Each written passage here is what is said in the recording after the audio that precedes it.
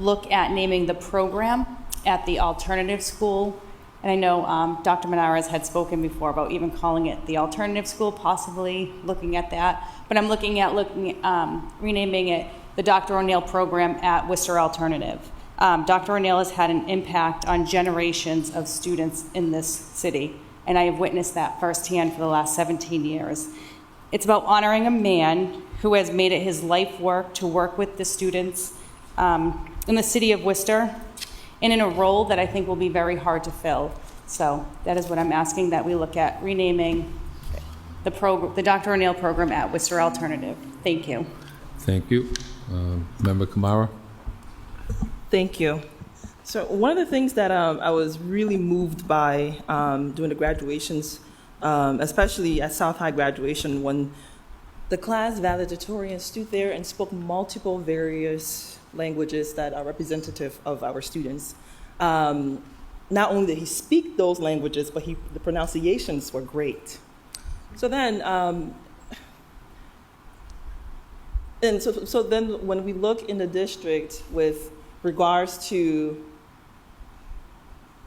when we say we have diversity and equity, I'm often confused by that.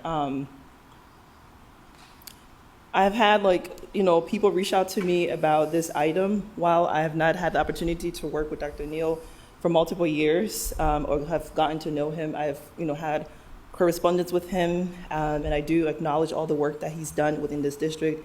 But for me, I think this item calls together the question of equity in our district and how we are going to be processing how we edit or change names of programs or schools in our district, especially with regards to a time when I was at an event with the conversation around Chandler Magnet and La Familia that was on the table, and very little has been done about that with regards to hearing parents out in terms of name changes.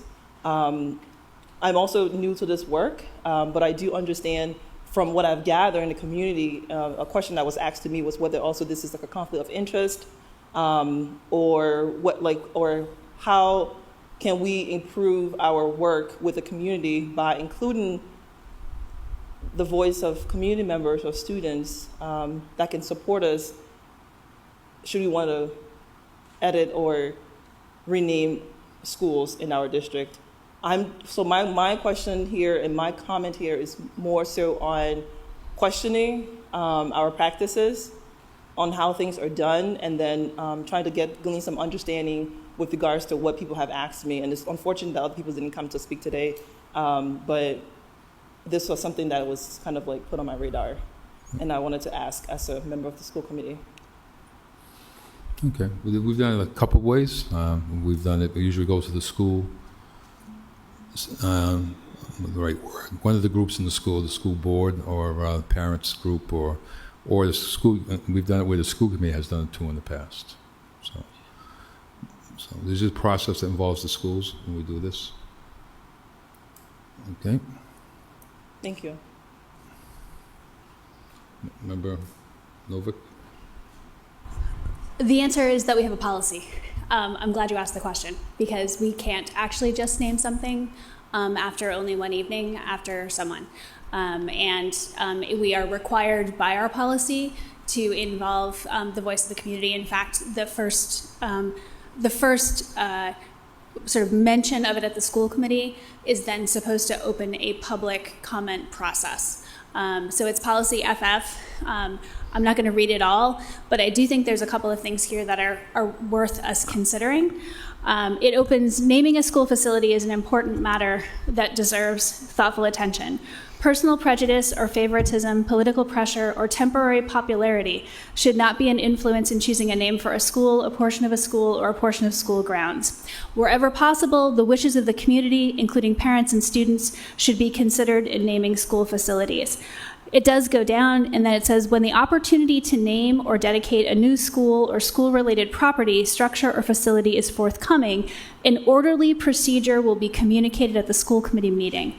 The committee's agendas should clearly reflect the intent to consider, review, and vote on naming opportunities. The written request should specify the intent of the requester and the reason why this particular name would fit the facility. It should offer appropriate background information on the purpose or organization after which the facility will be named. There's a section here about financial bequest. And then finally, it says, following the submission of a naming request, the school committee chair will specify a consideration period that allows for public comment, following which the committee will deliberate and vote on the name. Now, I would only add to that, Mr. Chair, that my understanding is that the administration is actually going through a review process of our alternative sort of programs and processes and facilities and everything. It does seem to me, well, I entirely understand Member Clancy's point in terms of this being the close of a very long career with the Worcester Public Schools, that to sort of move forward while we know that there's sort of changes in the works would perhaps be premature. And I wonder, I noticed that the referral was actually to administration rather than, say, to a subcommittee. I do wonder if this is something where we should be effectively referring it to administration with the idea that there's a lot going on with the alternative programs and this sort of gets folded into whatever that conversation is. I would defer to the administration on that, though. Okay, I think we can have a public comment period here, and we can do a schedule over the next. Probably I should have to wait to probably make sure people are back after the summer. Okay, but Mr. Chair, what I was suggesting is that we're actually premature in even doing that because the administration is actually going through a review of whether or not we're even going to have the same programs anymore. Mm-hmm. So the referral was actually to administration, and I was going to say it seems like moving forward with naming on something is actually too early because we don't know if we're actually even going to have these programs anymore. We're going to eliminate the program? Madam Superintendent? That's not a way of putting it. No, I think it's funny. I'm asking the question. The program is not being eliminated. Let me make that very clear. What is happening is we have currently the Rennie Center who is looking at all of our alternative settings, and they're going to make some recommendations to us. So what I believe Member Novak is saying is perhaps we just put a pause until we receive that report, which should be very soon. We anticipate sometime this month or midway through the month, we'll have more information. So it's not too far down the road. So you're going to get it this month? By the end of this month, we're supposed to receive it. Okay, we can wait for that. Okay, but I think Dr. O'Neill meets all those requirements that were read. So, but we will send that to the administration, then we'll have a public comment period after that. Okay. So, Mr. Chair, if I may, the policy is actually not met in terms of the request at this point. I didn't say it was. I'm saying that's what we're going to send to the administration, and we'll go through the process and we'll set some dates.